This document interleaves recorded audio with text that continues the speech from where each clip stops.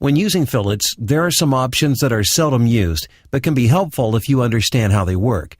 Let's spend a few moments reviewing what each of these options does by taking a look at simple examples using the standard constant radius fillet.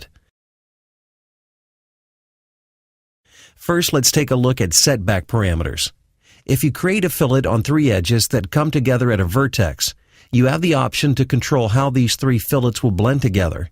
Without using setback parameters, this is the result you would get.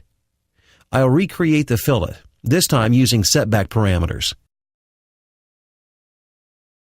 With all 3 edges selected, I can now activate the vertex selection window and pick the corner point.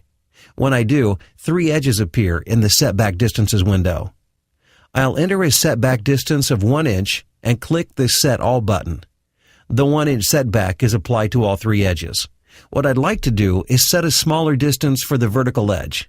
As I click the edges in the list, you'll see an arrow appear in the graphics area indicating which item in the list corresponds to which edge. With the vertical edge selected, I'll enter a value of 0.25 and press Enter. You can already see the preview showing a smaller transition on the vertical edge compared to the other edges. I'll click OK and the fillet is complete.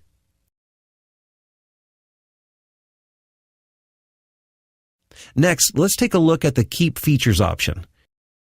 This option controls how a fillet will affect features that are near the fillet region. In this example, there's an extrusion near this edge.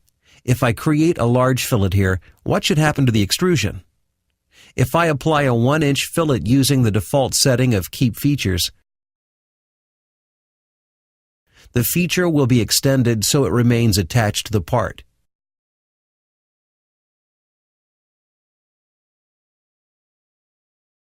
If instead I clear the Keep Features option, the extrude feature will be completely eliminated by the fillet.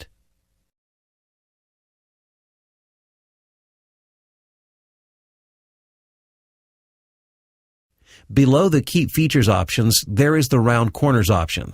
This allows you to automatically break sharp edges that result when a fillet is applied to sharp corners. If the same fillet is created using the Round Corners option,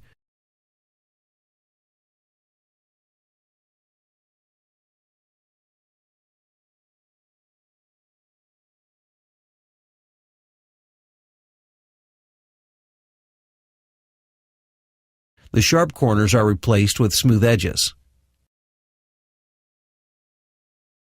The last option we'll take a look at is Overflow Type.